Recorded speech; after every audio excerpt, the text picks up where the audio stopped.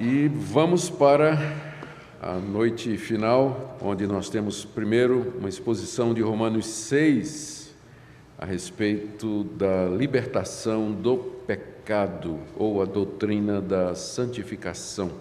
Queria convidá-lo a abrir a palavra de Deus, aí no capítulo 6 dessa carta tão importante que Paulo escreveu, carta aos Romanos. E vamos ler do verso 1 até o verso 14. Que diremos, pois? Permaneceremos no pecado para que seja a graça mais abundante? De modo nenhum. Como viveremos ainda no pecado, nós os que para ele morremos? Ou porventura ignorais que todos nós que fomos batizados em Cristo Jesus, fomos batizados na sua morte? Fomos, pois, sepultados com ele na morte pelo batismo, para que, como Cristo foi ressuscitado dentre os mortos pela glória do Pai, assim também andemos nós em novidade de vida. Porque se fomos unidos com ele na semelhança da sua morte, certamente o seremos também na semelhança da sua ressurreição. Sabendo isso, que foi crucificado com ele o nosso velho homem, para que o corpo do pecado seja destruído e não sirvamos o pecado como escravos. Porquanto quem morreu está justificado do pecado. Ora, se já morremos com Cristo, cremos que também com ele viveremos, sabedores de que, havendo Cristo ressuscitado dentre os mortos, já não morre, a morte já não tem domínio sobre ele. Pois quanto a ter morrido, de uma vez para sempre morreu para o pecado, mas quanto a viver, vive para Deus. Assim também vós considerai-vos mortos para o pecado, mas vivos para Deus em Cristo Jesus. Não reine, portanto, o pecado em vosso corpo mortal, de maneira que obedeçais às suas paixões. Nem ofereçais cada um os membros do seu corpo ao pecado como instrumentos de iniquidade, mas oferecei-vos a Deus como ressurretos dentre os mortos e os vossos membros a Deus como instrumentos de justiça.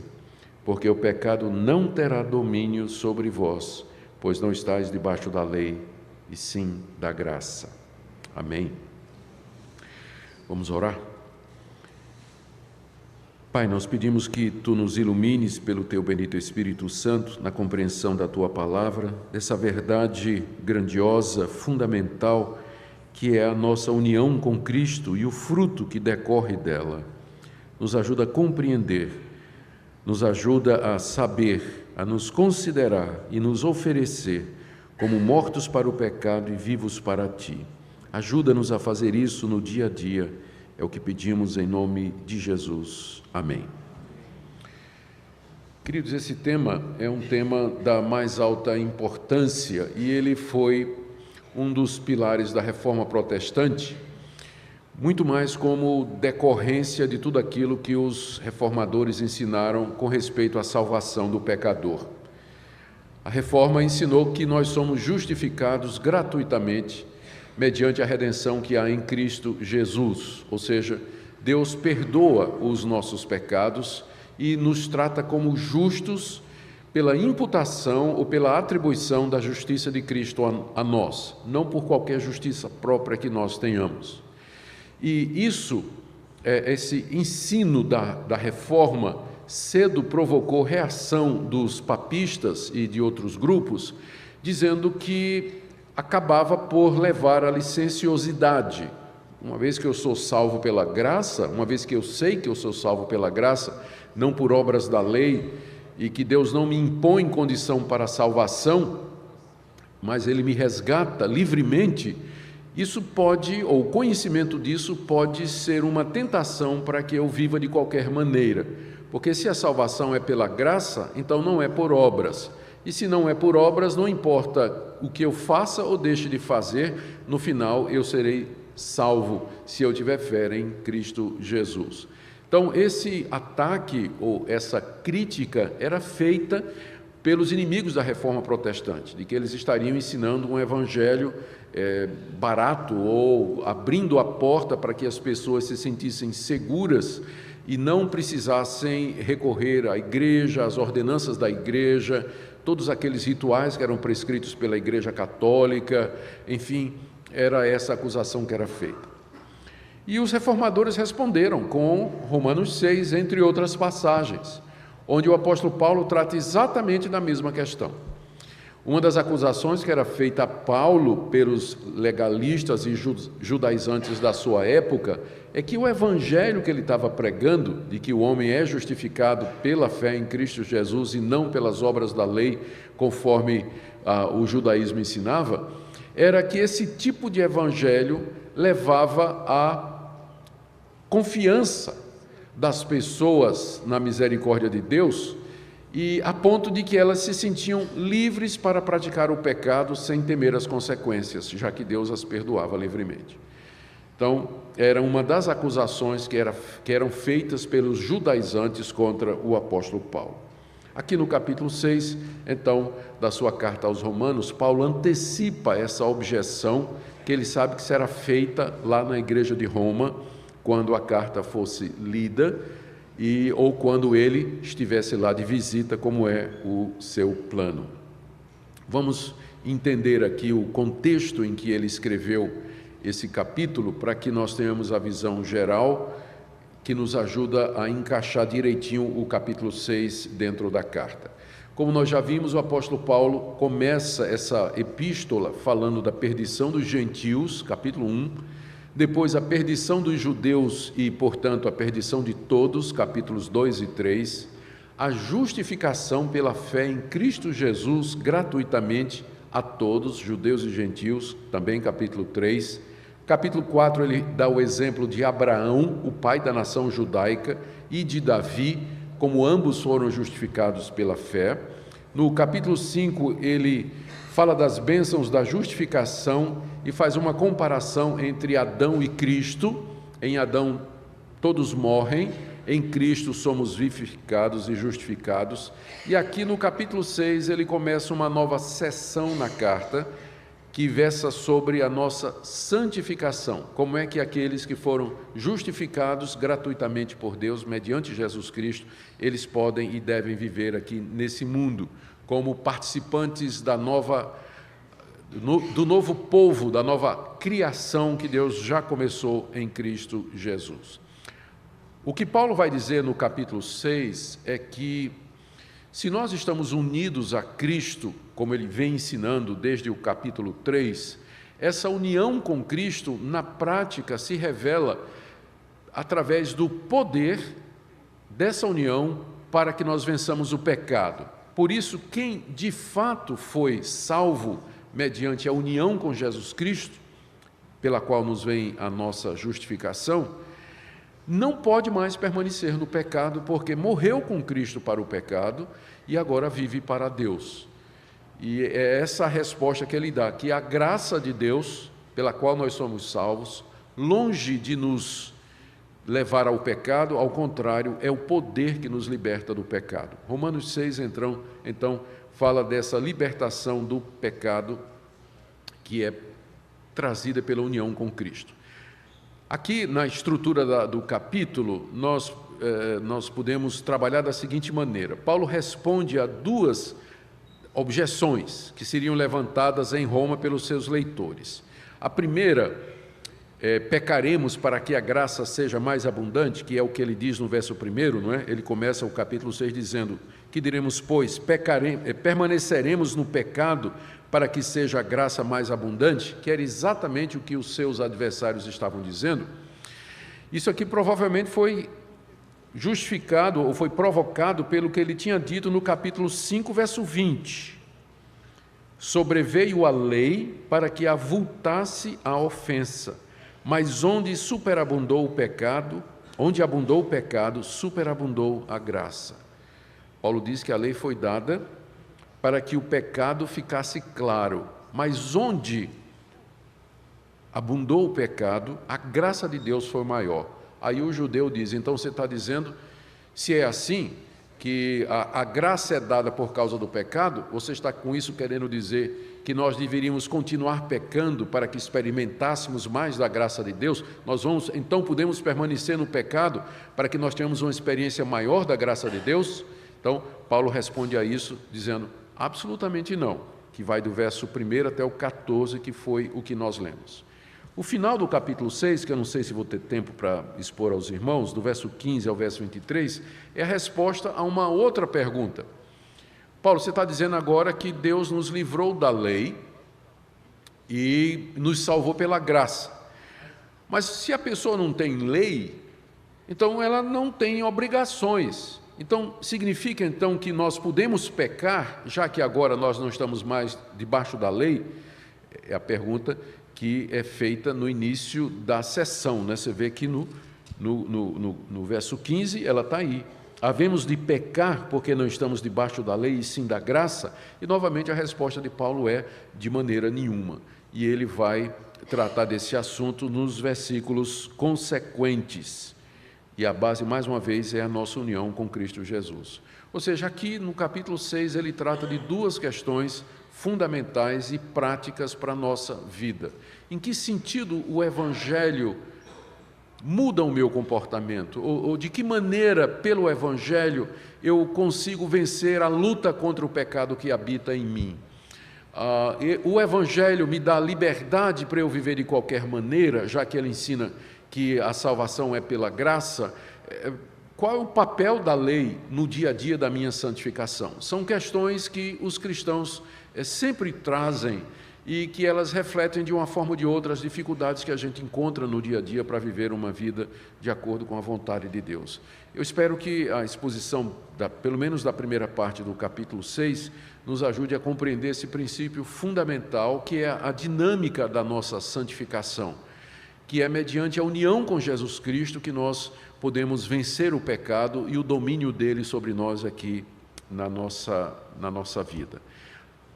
Está aí o esboço, então, 6, de 1 a 14, resposta à primeira objeção: o crente não pode viver pecando porque está unido a Cristo em sua morte e ressurreição, de 1 a 5, e sabedor disso, ele se considera morto e se oferece a Deus, 6, de 6 a 14. Resposta à segunda objeção, 6, de 15 a 23, o crente não pode viver pecando porque foi libertado do pecado e agora é servo de Deus, por isso ele deve oferecer-se diariamente a Deus para servir.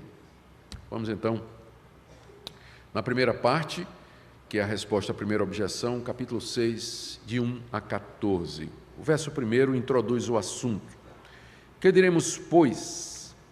Permaneceremos no pecado para que seja a graça mais abundante? Paulo está antecipando, como eu disse aqui, uma acusação dos judeus contra o Evangelho. A acusação seria essa, de que se o Evangelho que Paulo prega é verdadeiro, ele acaba sendo um incentivo a que a pessoa permaneça no pecado, porque ela sabe que a graça de Deus sempre vai ser maior.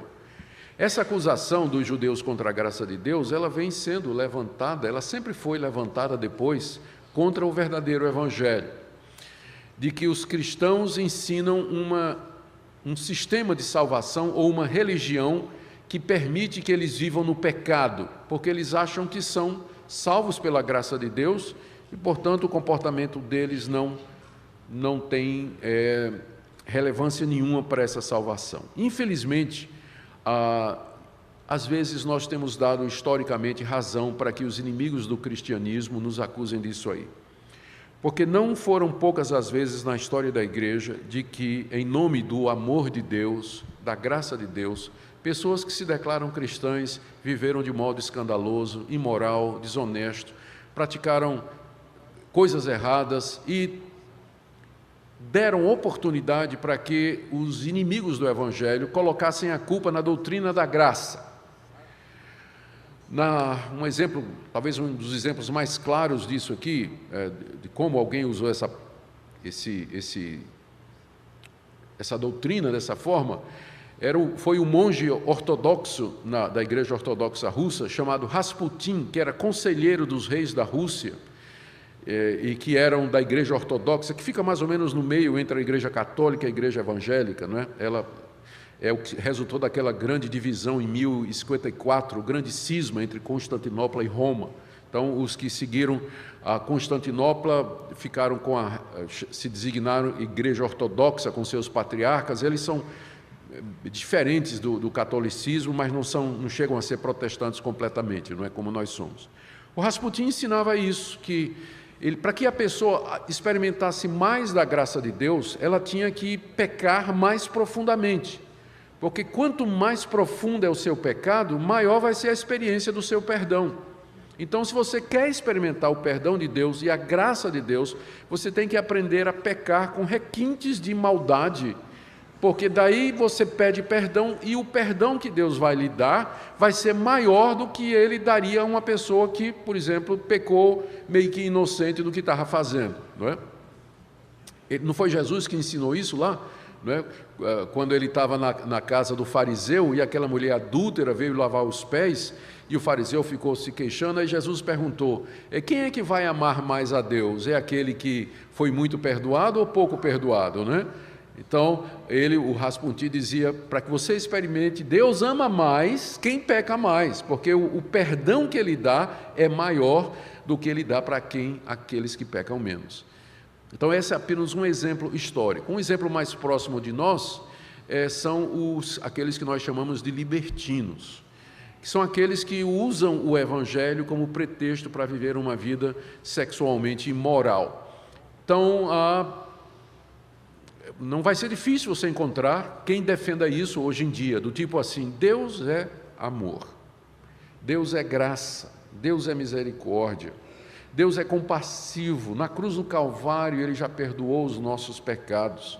Então, Ele não vai levar em consideração as nossas atitudes, nem o nosso comportamento.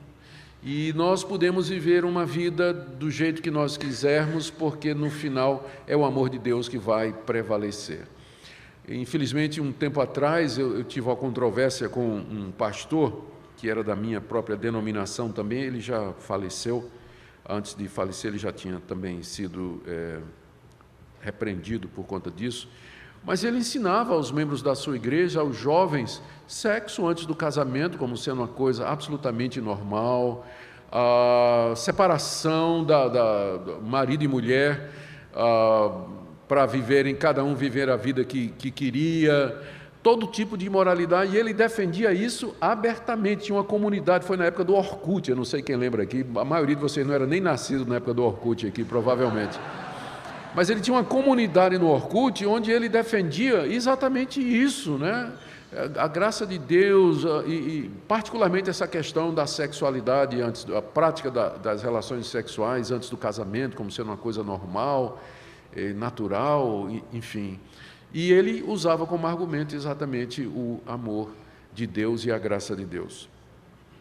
A grande pergunta é, o fato de sermos salvos pela graça significa que nós podemos viver pecando, que é natural, é normal, é a consequência exigida pelo Evangelho da Graça, que esse tipo de imunidade ao juízo de Deus, se nós continuarmos a viver em pecado?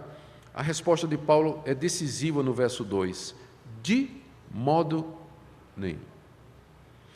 Essa expressão no grego é uma dupla negativa, a ponto de que a versão King James nos Estados Unidos, né, a versão famosa, a versão americana, inglesa, ela traduziu como Deus não permita. É uma expressão muito forte, né? Paulo está como que indignado, né, de que alguém ao menos levantou essa questão, né? Permaneceremos no pecado, ou seja, continuaremos a viver pecando, para que a graça de Deus revelada no Evangelho, mediante Jesus Cristo, seja mais abundante, para que se mostre cada vez mais como Deus é grande e misericordioso em perdoar pecadores como nós? Resposta de Paulo no verso 2 é: de forma nenhuma. Para Paulo é inconcebível que um verdadeiro cristão viva na prática do pecado. Ele não consegue conceber isso. Como é que alguém que foi salvo pela graça, pelo Evangelho, ele consegue, ou ele permanece ainda no pecado? Paulo não admite essa possibilidade. Por quê? Qual a razão? Qual é a base que Paulo apresenta para isso? Está no verso 2. Ele diz assim: como viveremos ainda no pecado, nós os que para ele morremos? E aqui Paulo introduz a razão pela qual aquele que foi salvo pela graça, ele não pode mais continuar a vida no pecado. É porque ele morreu para o pecado. Ele está morto para o pecado. Esse é o ponto aqui. Ele introduz a partir daqui esse conceito de que essa morte para o pecado é resultante da nossa união com Jesus Cristo. E como consequência, nós não podemos mais morrer ou viver para aquilo para o que morremos com Cristo Jesus. Ele vai dizer no verso 4, quando foi que essa morte aconteceu. Fomos sepultados com ele na morte pelo batismo, para que como Cristo foi ressuscitado dentre os mortos pela glória do Pai, assim nós em novidade de vida. O que ele vai dizer aqui, ele diz no verso 3, na verdade são os versos 3 e 4, porventura ignorais que todos nós que fomos batizados em Cristo Jesus, fomos batizados na sua morte, nós fomos sepultados com ele na morte pelo batismo, para que como Cristo foi ressuscitado dentre os mortos pela glória do Pai, assim também andemos nós em novidade de vida. Deixa eu acrescentar o verso 5. Porque se fomos unidos com ele na semelhança da sua morte, certamente seremos também na semelhança da sua ressurreição. O que Paulo está dizendo aqui? Ele está explicando para os crentes em Roma que todo verdadeiro cristão, ele estava unido a Cristo por ocasião da morte de Cristo na cruz. Do nosso ponto de vista, isso aconteceu há 2000 anos atrás. Do ponto de vista dos leitores da carta aos Romanos, isso havia acontecido cerca de 20 anos. Romanos foi escrito cerca de 20 a 25 anos depois da morte de Jesus Cristo. Paulo diz para os crentes de Roma, vocês não sabem, vocês ignoram isso, irmãos? Que nós morremos com Cristo há 20 anos atrás, quando ele morreu lá naquela cruz, e que nós fomos sepultados com ele, e que quando ele ressurgiu, nós ressurgimos com ele. Então, isso que Paulo se refere como sendo a base ou a razão pela qual nós não podemos mais viver pecando, foi um ato de Deus que aconteceu independente de nós. Deus nos uniu a Jesus Cristo lá na sua morte e na sua ressurreição. Quando Cristo foi pendurado naquela cruz e ele foi crucificado ali e sofreu e morreu, naquela cruz estavam pendurados e crucificados todos aqueles que Deus desde a eternidade escolheu para serem seus e os predestinou para serem seus filhos e por quem Cristo morreu, como nós vimos em Efésios 1. Ou seja, ali na cruz, Cristo não estava só resolvendo o problema dos pecados, derramando sangue para perdoar os nossos pecados, ele estava resolvendo o problema do pecado.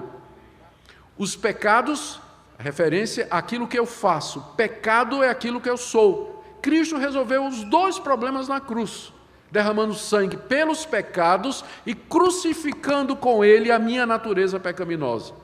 E não somente isso, ela foi sepultada. Fomos sepultados com Cristo. É a confirmação, é a pá de cal em cima, né? É a confirmação de que a morte dele foi verdadeira, porque ele não só morreu, ele foi sepultado e ressurgiu ao terceiro dia e nós ressuscitamos com ele. Então, esse é um fato na história da redenção. Ele ocorre, ele não é uma questão de você sentir, não é uma questão de você experimentar, não é uma questão de você ter algum tipo de experiência disso, porque ele aconteceu quando você não era nem nascido. Deus incluiu na morte de Cristo todos aqueles que são seus. Essa é a verdade que Paulo apresenta aqui. E ele pergunta para os irmãos, vocês ignoram isso, irmãos? Ignorais porventura? Como se Paulo tivesse assim, Paulo não era o fundador da igreja de Roma, não é? Ele não foi quem fundou a igreja de Roma. Então ele se sente à vontade para perguntar, será que nunca ensinaram isso para vocês? Que vocês morreram para o pecado, unidos com Cristo? O batismo é o símbolo disso. Está vendo aqui como ele diz? Verso 3 e 4. Todos os que foram batizados com Cristo são aqueles que morreram com ele. Batismo é a expressão dessa nossa união com Jesus Cristo, na sua morte e na sua ressurreição. Vocês ignoram isso, meus irmãos, como se Paulo estivesse apresentando uma doutrina básica e fundamental e está espantado que os romanos não conheciam essa doutrina. A partir daí, qual a razão? Aliás, deixe ir agora para o verso 6, onde o apóstolo Paulo apresenta a razão pela qual isso aconteceu. Sabendo isso, aqui ele diz com toda clareza, né, tudo que já tinha dito com clareza, mas aqui muito mais. Sabendo isso, que foi crucificado com ele o nosso velho homem, para que o corpo do pecado seja destruído e não sirvamos o pecado como escravos. Ou seja, o objetivo de Deus é que nós não sirvamos o pecado como escravos enquanto estamos aqui nesse mundo.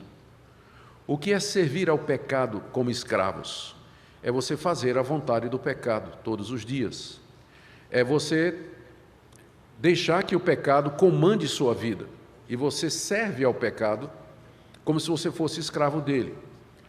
O pecado guia, controla, orienta a sua vida. E você simplesmente obedece e segue.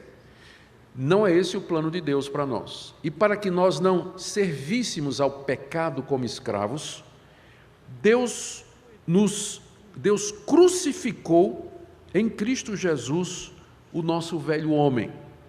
O nosso velho homem. Aqui é algo muito parecido com o que Paulo vai dizer no capítulo 7 sobre a libertação da lei.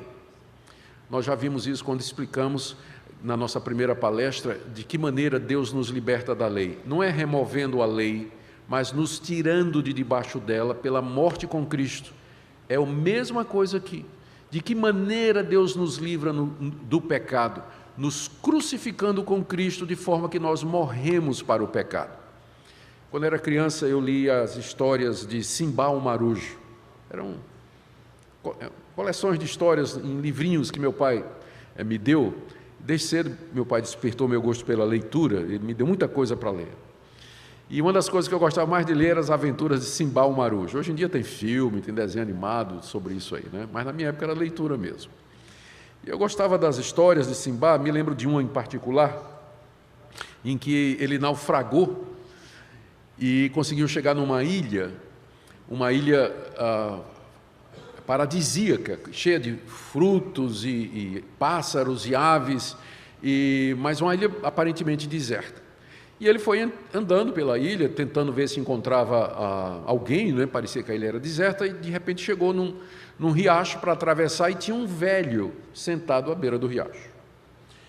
E aí o velho pediu para ele: você, por favor, pode me levar para o outro lado? Eu estou aqui há muito tempo esperando alguém que me leve para o outro lado para que eu possa... eu não consigo atravessar, né? Sou velho, não tenho condição.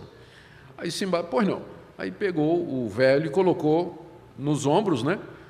E na hora que o velho sentou nos ombros de Simba, deu uma tesoura no pescoço dele com as pernas, né? E segurou Simba e disse: agora você é meu escravo. Você vai fazer tudo o que eu mandar.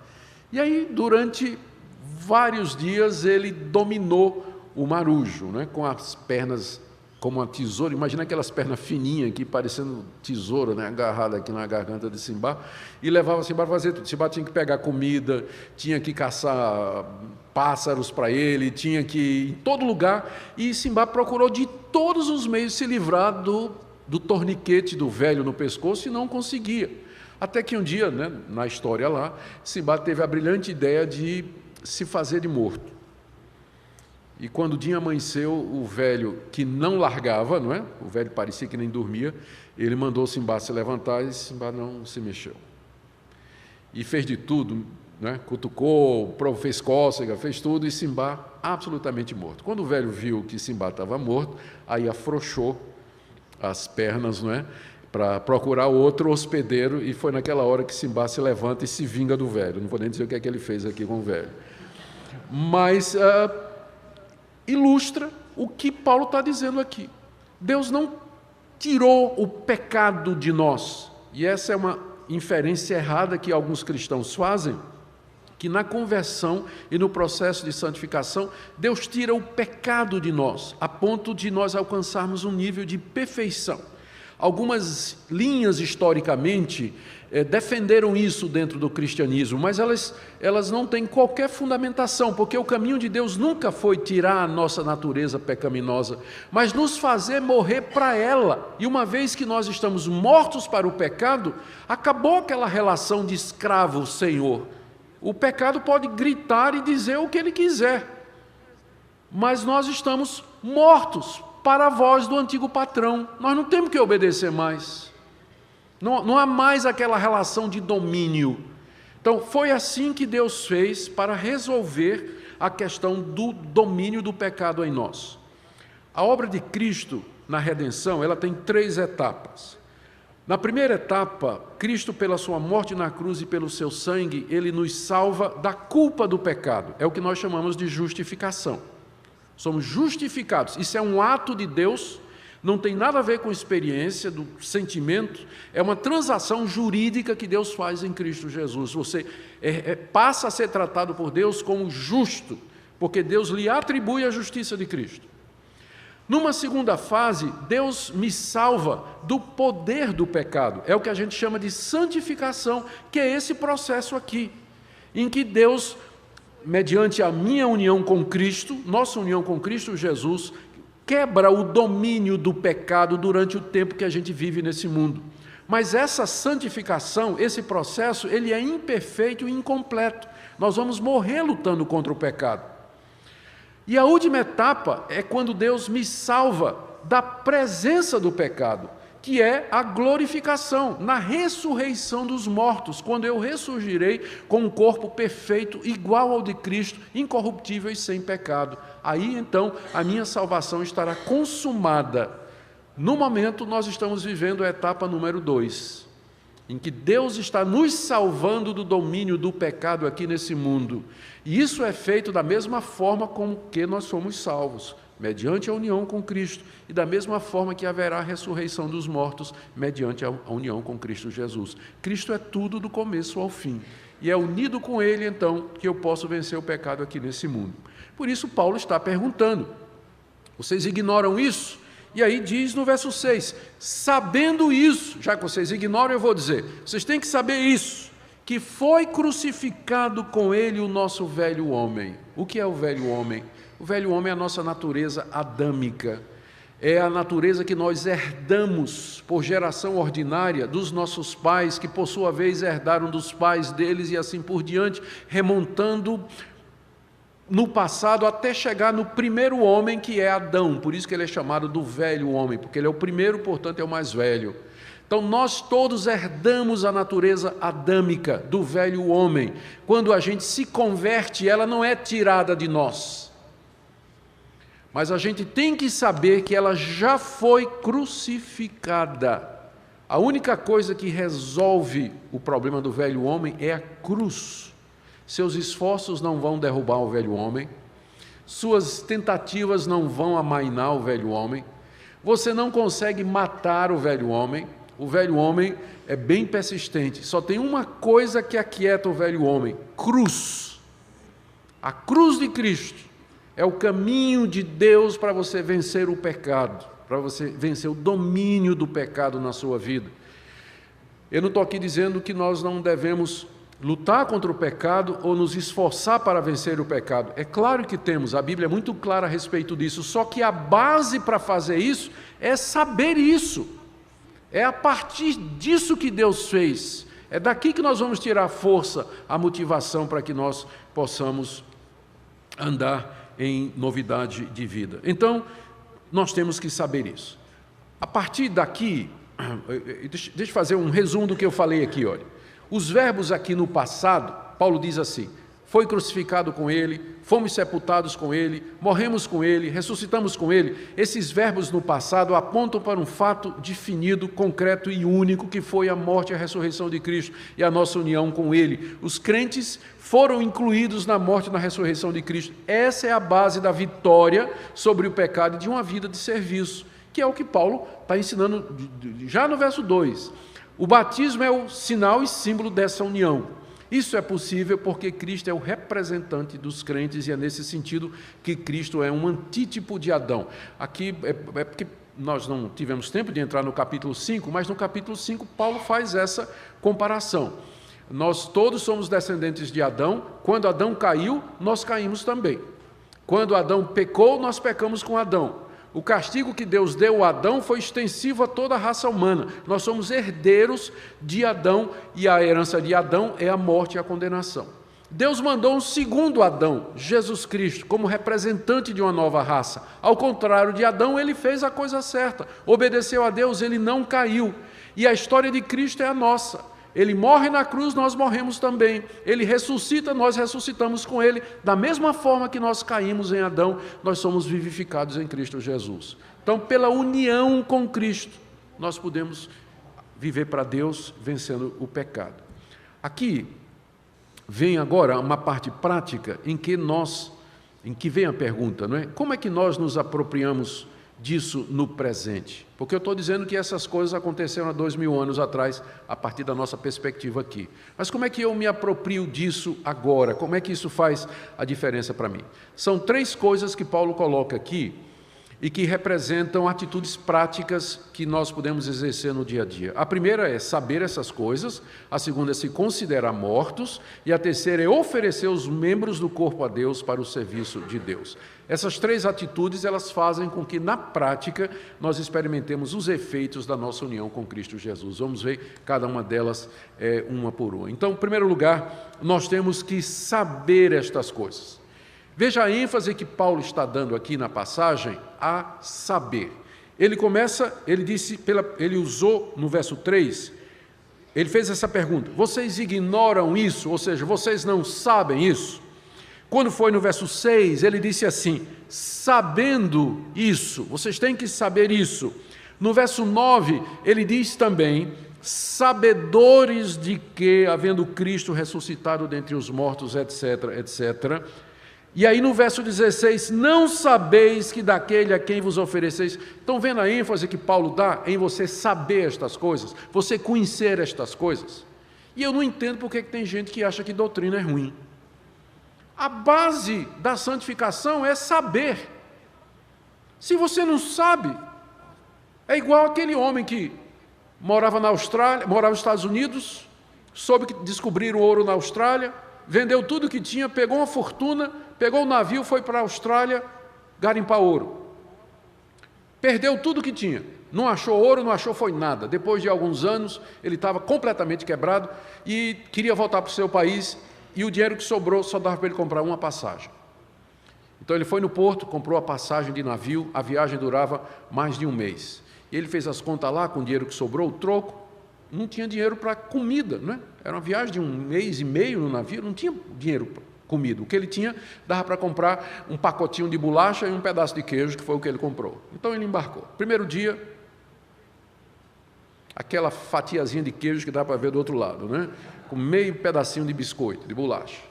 No segundo dia, passada 2 semanas, acabou a provisão, e o homem, então, morrendo de fome, resolveu se trancar no camarote, né, dele para morrer de fome, né? E o que dava mais tristeza nele é que ele passava em frente ao restaurante do navio, e as pessoas comendo e se divertindo lá, tinha comida para todo mundo, e ele lá, né? Aí o capitão sentiu falta dele, foi atrás dele, bateu lá no camarote dele, nós estamos sentindo, o senhor está bem? Está precisando de alguma coisa? Ah, capitão, o senhor não sabe a minha história, Aí contou a miséria dele, toda a desgraça que ele passou, tudo que ele perdeu. Terminou com a história dizendo: capitão, eu fiquei tão pobre que eu não tive dinheiro nem para pagar as refeições no navio. O capitão deu uma risada e disse: ué, você não sabia que as refeições estavam incluídas no preço da passagem? Pois é. Então tem crente assim, ele simplesmente não sabe. Ele ignora a riqueza do Evangelho. Ele ignora o que Deus fez por ele em Cristo Jesus. E porque ele ignora, ele vai proceder ou vai tomar providências para resolver os problemas que ele está sentindo, para lutar contra o pecado com as armas que ele tem. Vai fazer campanha, vai fazer isso, vai fazer aquilo outro, fazer uma série de coisas e não vai dar em nada. Por quê? Porque ele desconhece, ele ignora. Ele ignora. Igual aquele bunker de japoneses que foram encontrados no final da guerra, né? Depois que a guerra terminou, acharam lá numa ilha um bunker de japoneses, tudo armado, pronto para brigar, e alguém diz: vocês não souberam que a guerra acabou faz 1 ano? Não sabia não. Pois é.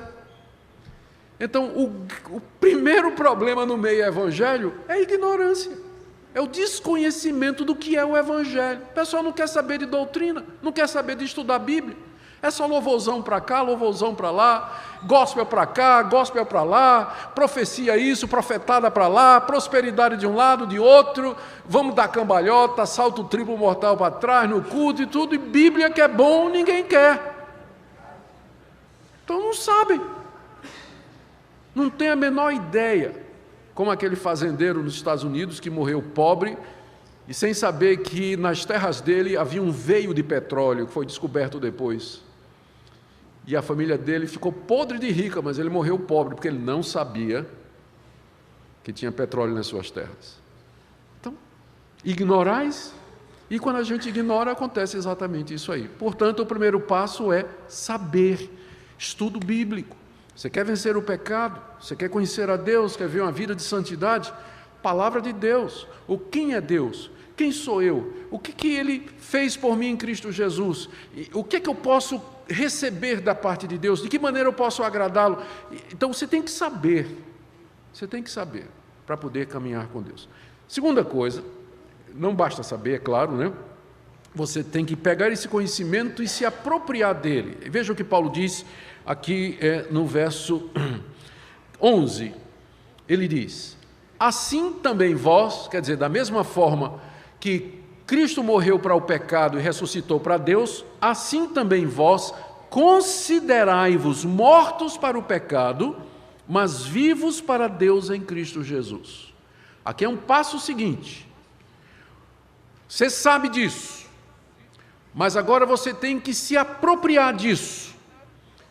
Essa é uma daquelas poucas vezes que a expressão tomar posse é bíblica. Você tem que tomar posse disso. Do que é que você tem que tomar posse? Disso que Deus está dizendo que já aconteceu. Você morreu para o pecado com Cristo e ressuscitou com Ele para viver para Deus. Se considere assim, ou seja, tome posse dessa verdade. É isso que você é, morto para o pecado e vivo para Deus.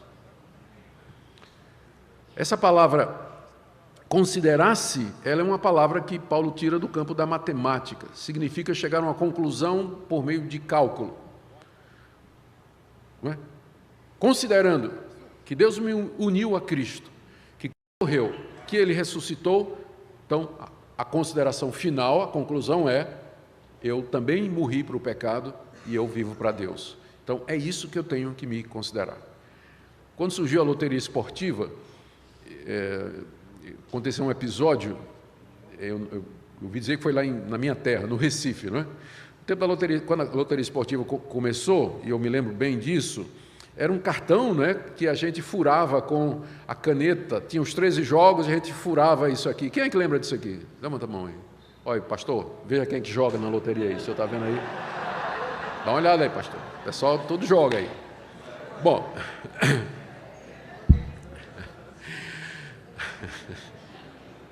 Essa foi horrorosa, desculpa aí.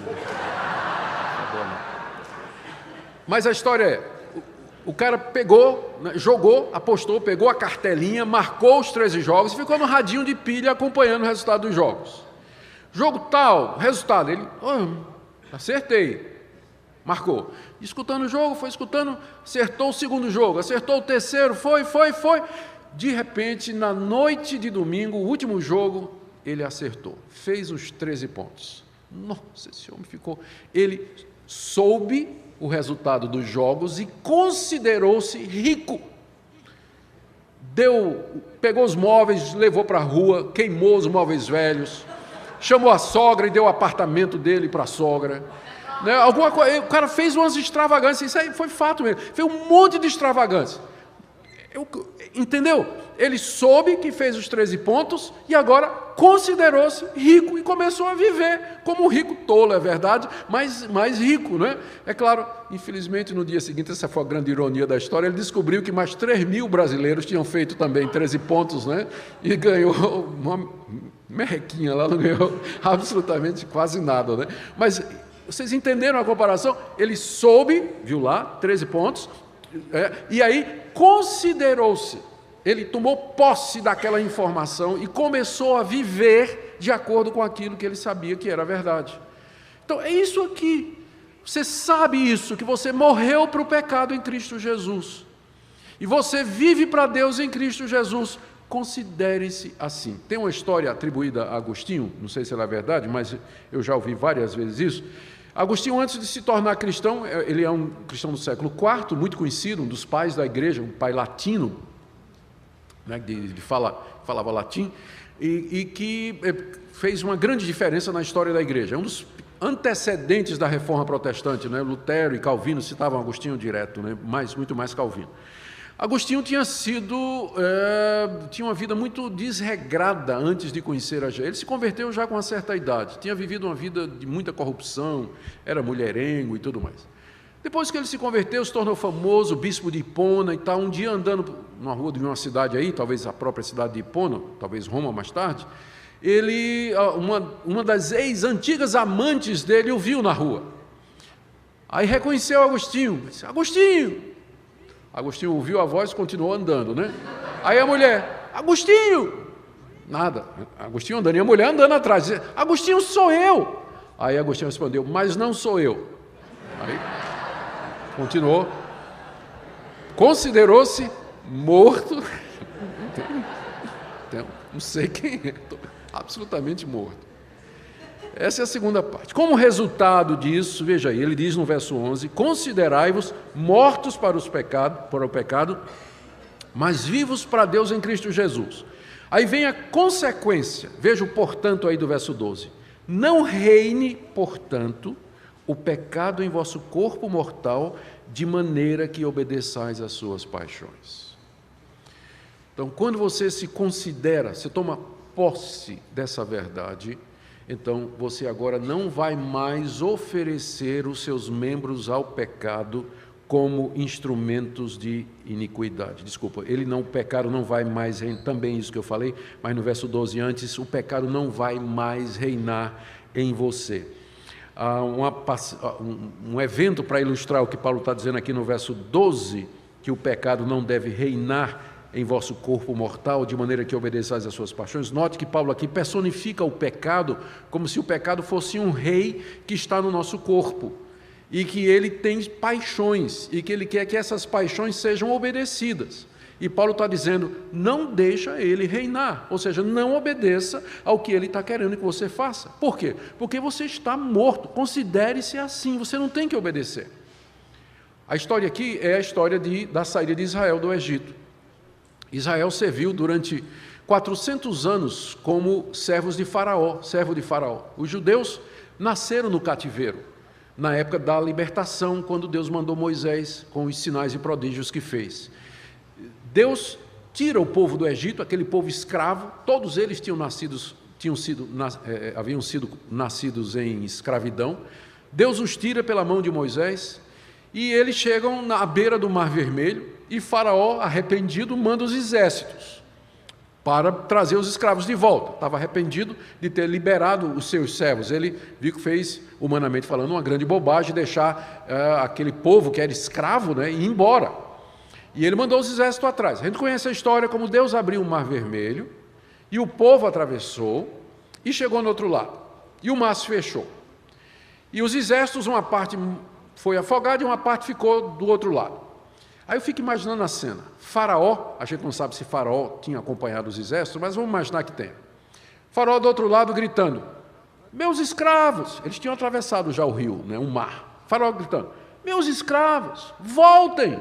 Vocês passaram a vida toda me obedecendo, vocês nasceram debaixo do meu domínio, vocês têm que voltar, vocês me pertencem.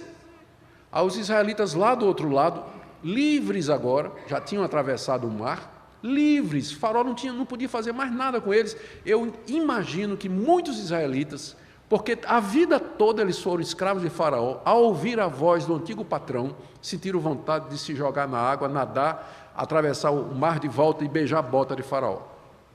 É isso que acontece toda vez que você peca.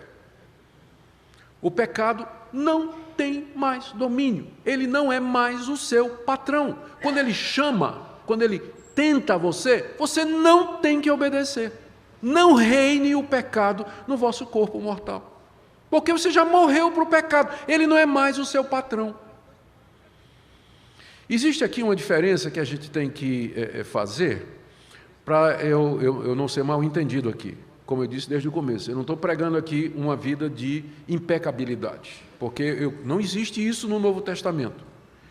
Mas existe uma diferença entre você viver pecando constantemente e uma vida em que o pecado é acidente. Em que o pecado é acidente. Eu morei 1 ano na África do Sul, e estava numa cidadezinha no coração da África do Sul, chamada Potchefstroom, e estava lá estudando, eu e minha esposa. Fizemos amigos, aproveitamos umas semanas de férias, fizemos uma viagem do coração da África do Sul até o sul, cidade do Cabo, que é o ponto mais extremo da África, não é? Mais extremo sul. Cidade linda, fomos com um casal de amigos, um amigo nosso, fomos no carro deles, a viagem deu uns 5.000 quilômetros, fomos até a cidade do Cabo, voltamos pela margem do Oceano Índico e depois entramos rumo a Joanesburgo e depois lá onde era a nossa cidade. A viagem foi cerca de 5.000 quilômetros. E eu me lembro que na chegada um amigo nosso perguntou a respeito da viagem, como foi, se tinha sido bonito, se a gente tinha gostado e tudo mais. Ele perguntou, curioso, né? Coisa de homem, perguntei, e aí, o carro deu problema? E eu respondi, não, foram 5.000 quilômetros, mas a gente teve um pneu furado. Então, o que é um pneu furado em 5.000 quilômetros? Agora, se o seu pneu fura a cada 50 metros, alguma coisa está errada. Nós estamos acostumados a um subpadrão bíblico de santidade, em que o pecado é visto como uma coisa normal, rotineira e costumeira na nossa vida. Vocês acham que é esse o quadro que está sendo pintado aqui? Está sendo pintado aqui é outra coisa. É uma vida em que nós não precisamos atender às demandas do pecado. Não quer dizer que nós não temos pecado. Eu, desde o começo, já mostrei que o caminho de Deus não foi tirar o pecado de nós, mas nos tirar de debaixo do domínio dele pela união com Cristo Jesus, nos dando então a base para dizermos, não, eu não vou fazer, eu não quero fazer, eu vou resistir. Isso nunca é apropriado por nós de uma forma em que nós chegaremos a um ponto de nunca pecar, mas com certeza isso nos garante uma vida onde o pecado não é tão frequente e tão necessário como às vezes as pessoas imaginam. Às vezes as pessoas, numa oração, dizem assim, Senhor, eu quero pedir perdão porque eu estou pecando por pensamento, palavras e por atos. Alguma coisa. Eu sei que o irmãozinho está querendo dizer que ele se sente extremamente pecador, e eu sei o que é isso, mas isso não é o padrão da vida cristã normal que nos é oferecida no livro aliás, no Novo Testamento. Mais uma vez eu volto à interpretação de Romanos 7. Vocês estão vendo como isso aqui, como Romanos 7 não pode estar se referindo à experiência cristã, mas é uma referência ao efeito da lei no coração do homem que não conhece a graça. Porque a vida cristã normal está aqui em Romanos 6. Libertos do pecado, nós podemos viver uma vida de santidade para Deus. O problema, outra questão que é importante dizer aqui, é que você tem que fazer a distinção entre ser tentado e você cair na tentação. Nós somos tentados o dia todo, nós amanhecemos com pensamentos ruins, às vezes, que vêm na nossa cabeça, reações que se esboçam dentro do nosso coração, desejos que se espalham dentro de nós. Então, essas tentações, elas não são em si pecado, elas se tornam quando você aceita isso. Eu não posso evitar que uma mulher provocante, usando pra que saia, passe na minha frente. Mas eu posso evitar a segunda olhada, não posso? Eu posso evitar acompanhá-la com os olhos. Então, existe uma diferença entre você ser tentado e você cair, em todas as áreas da vida. Isso, inclusive, é uma distinção importante quando a gente vai lidar com a questão da atração pelo mesmo sexo.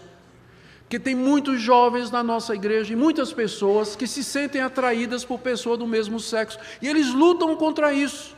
A gente tem que saber que essa é uma tentação como qualquer outra. É pecado se ele concordar com ela, se ele aceitar isso aí.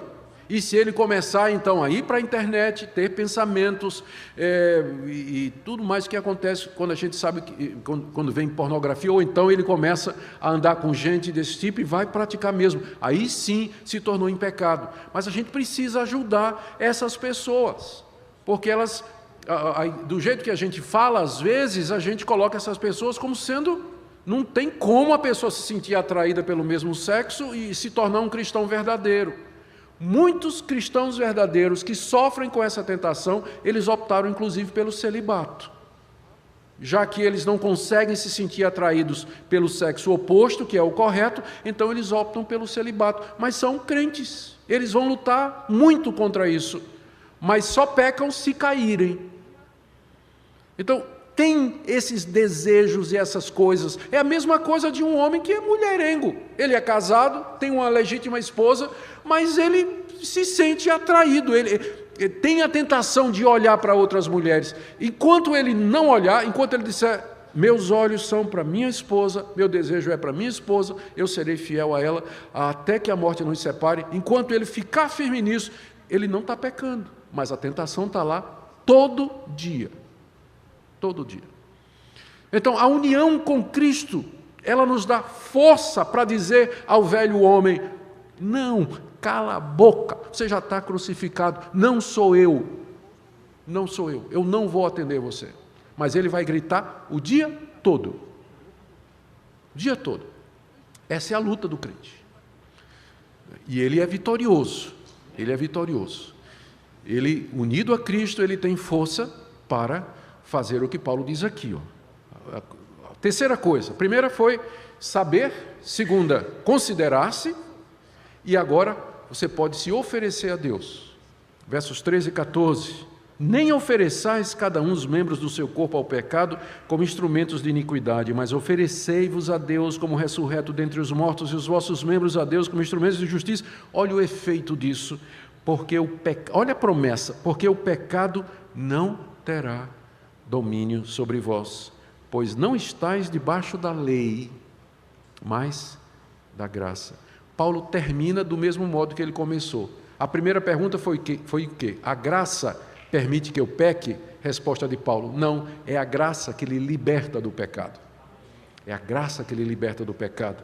Não estáis debaixo da lei, e sim da graça. Por isso, o pecado não terá domínio sobre vocês. Assim, ofereçam-se. A terceira atitude prática, né? Ofereça os membros do seu corpo. Aqui, com membros do corpo, Paulo se refere não somente aos membros físicos, mas a toda as nossas capacidades intelectuais, a tudo que eu sou, minha mente, meu coração, enfim, né?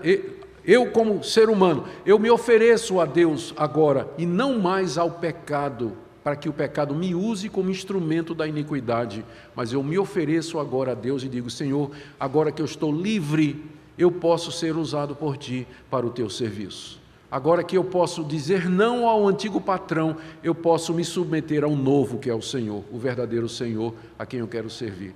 E dessa forma nós podemos viver para Deus aqui nesse mundo. Queridos, eu termino aqui com algumas palavras práticas para nós. Essa é a teoria. Você não vai aprender isso aqui e viver isso aqui num dia só. Me lembro quando eu ensinei isso quando estava ministrando, discipulando um rapaz, faz muitos anos isso, que estava entrando no seminário, eu já era pastor, ele era seminarista, ele estava muito preocupado com a vida cristã dele, nós conversamos a respeito disso, e eu expliquei essa passagem para ele ficou tão feliz, ele disse, agora eu entendi. Ele saiu da minha casa, foi esperar o ônibus, e o ônibus demorava, ele foi ficando com raiva, quando o ônibus finalmente chegou, ele deu um chute na porta do ônibus. Aí voltou, disse, pastor, não funciona. Calma, irmão. A santificação é um processo que dura a vida toda. é um aprendizado. Vai e não peques mais. Peça perdão, 1 de João 1,9, se confessarmos os nossos pecados, Ele é fiel e justo. Vá e amanhã você agora já aprendeu como é que faz. Todo dia você tem que saber considerar-se e oferecer-se. Todo dia você tem que ter comunhão com Deus pela palavra, pela oração, se revestir e tomar posse dessas verdades que Deus nos oferece, porque é isso a base de você dizer não para o pecado e a força para você servir a Deus fazendo bem.